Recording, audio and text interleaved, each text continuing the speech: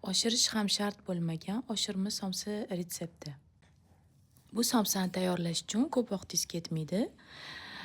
Avvalambor oprava qilib olinadi. Buning uchun bizga 350 ml iliq suvga bitta pachka dro'jji solinadi. Ketidan 3 osh qoshiq shakar solinadi va oprava qilishga olib qo'yiladi 15 minutga.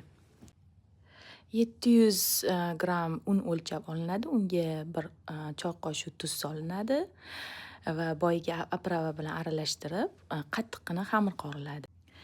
Xamirimiz tayyor bo'lgach, ustidan 70 ml yog' solinadi, oddiy o'simlik yog'i va yaxshilab 10 minut mushlab xamir qoriladi. Xamirini qorib bo'lgach, uni tindirish shart emas, srazi bo'lakligi bo'linadi. 25 ta yoki 30 ta bo'lakga bo'lish mumkin.